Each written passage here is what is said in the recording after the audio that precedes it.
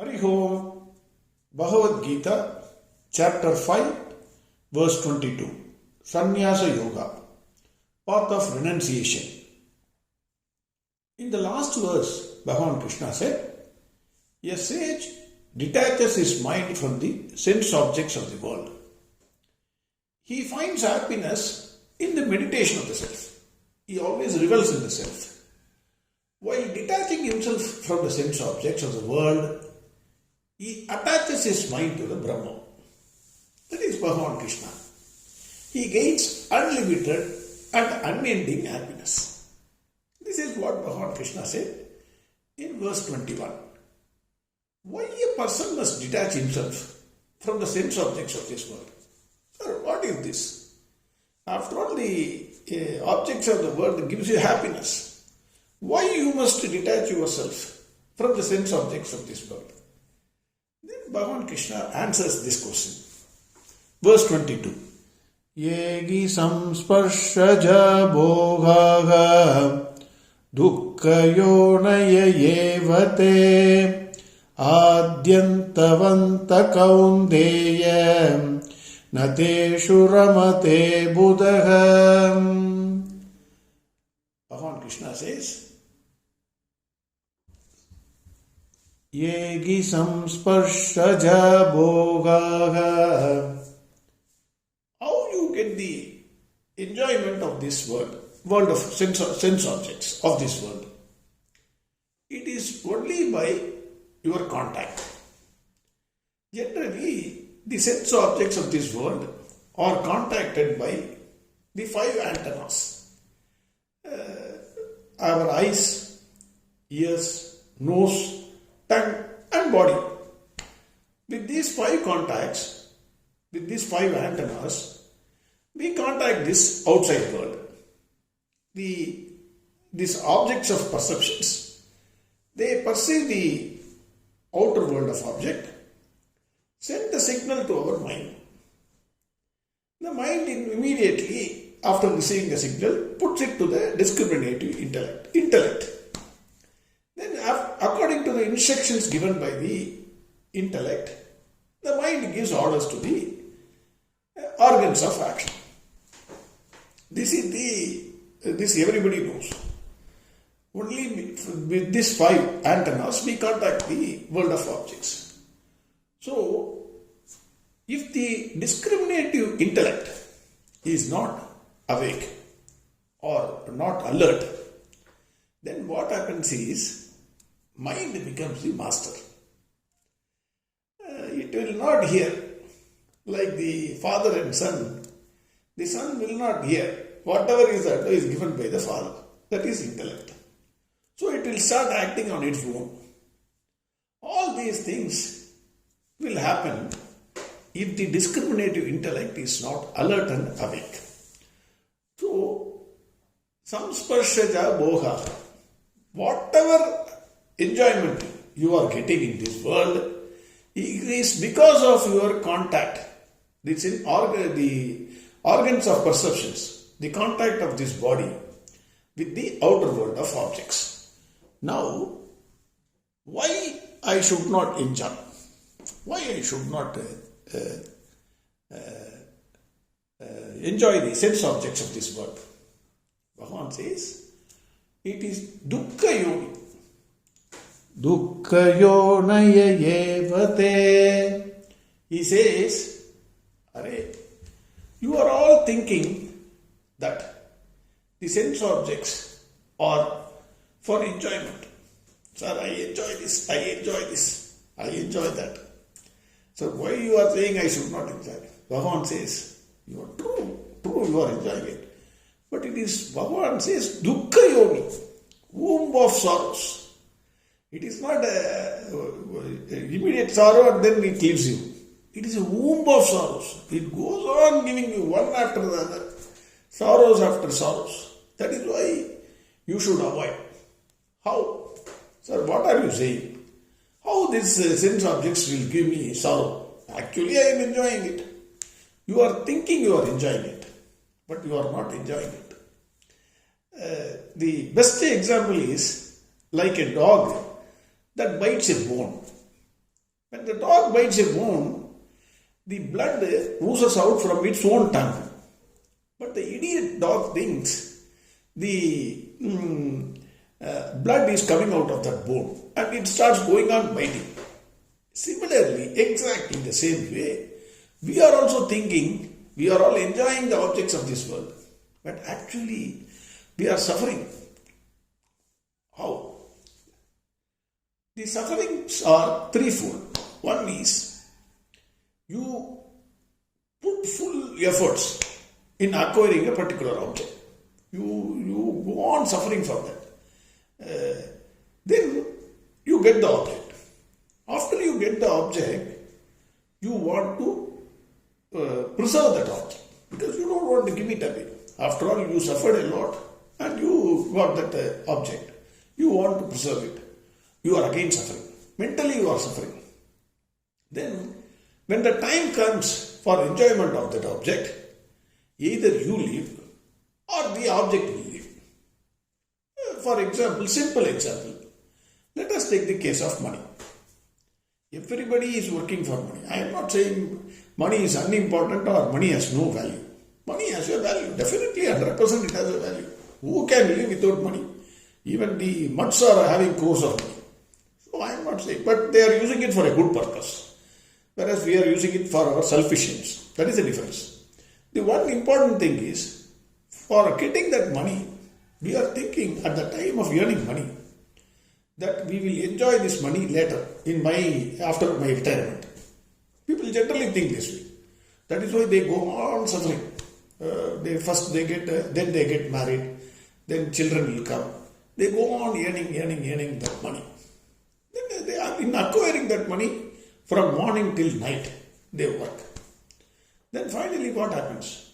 Are they enjoying that money? Either they die or the bank in which they put the money gets dissolved. So in any way, then while acquiring it you suffered. You wanted to preserve it, you put it in a bank and daily without sleepless night you preserved it. When you wanted to enjoy, you died. What is the use of this? Complete misery, no? So where is the question of enjoyment here? It is a womb of miseries. In fact, Swami Chinmayananda says, all the sense objects of this world are like a leprous whore. He uses a contemptuous word. That is, he has so much of contempt towards the sense objects of the world.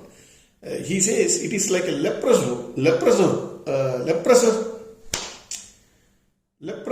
whore. She is standing in a corner of the street and inviting leprosy. So that whore invites you, standing in the corner of the street, and then you fall as a prey to it. Then finally it is full of suffering. So, Chinmayananda says, the sense objects are very attractive, no doubt, but you have to be very careful. Then the question is, sir, do you mean to say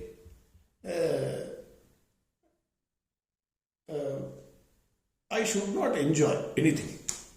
So then what is life? I am coming into this world for what? You are saying, sir, don't do anything. Don't enjoy the sense objects. Then what is life if you don't do anything? If you don't enjoy even these momentary pleasures, what for is this life? It is a completely waste of life. No, Bhagwan is not saying that.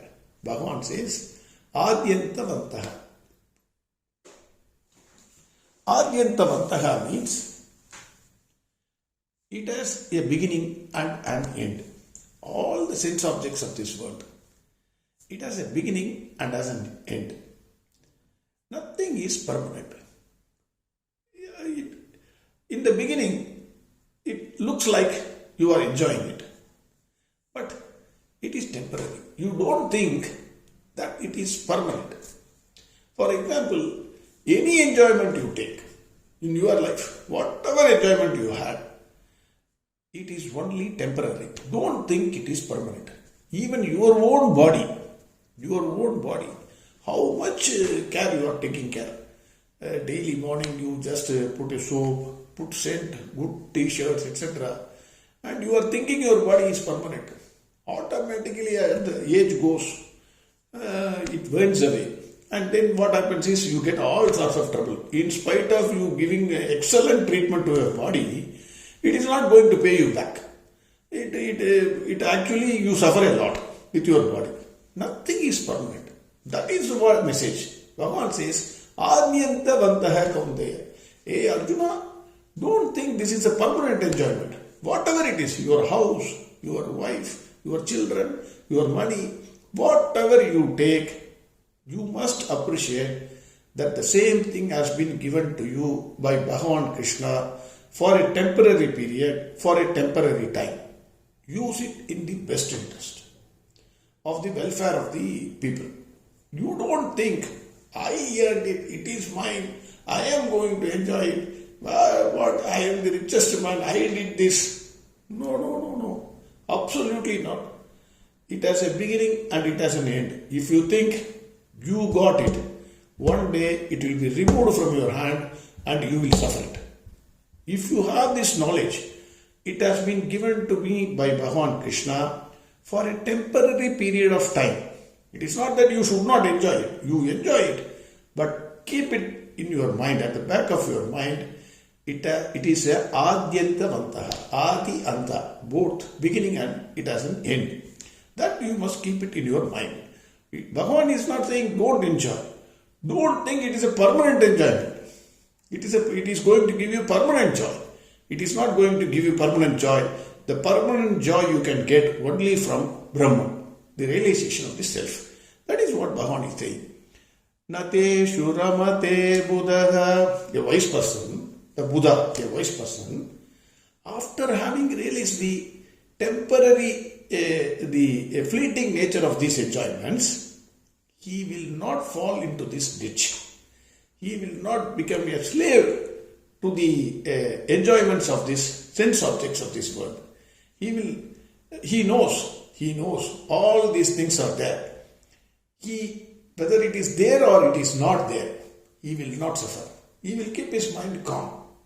He is quiet and calm, and he knows, including this body, everything is temporary. Only permanent thing in this world is Bhagavan. Hence he attaches his mind to Brahman, that is Bhagavan Krishna. Here we have to see the verse of Adi Shankara in Viveka Chudamani. Adi Shankara in Viveka Chudamani says, why a man must be more careful in this world of sense objects? Why? He says, a deer gets trapped by the music.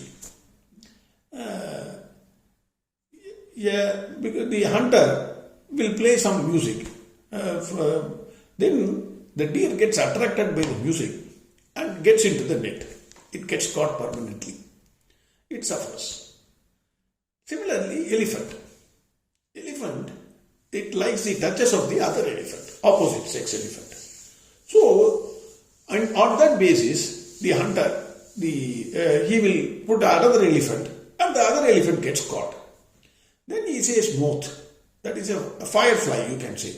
The firefly gets attracted by seeing the fire in the candle. It comes near that fire and dies there.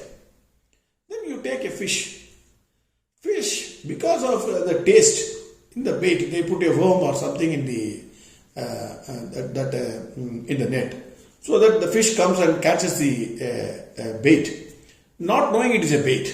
So what happens is it gets caught and finally it dies.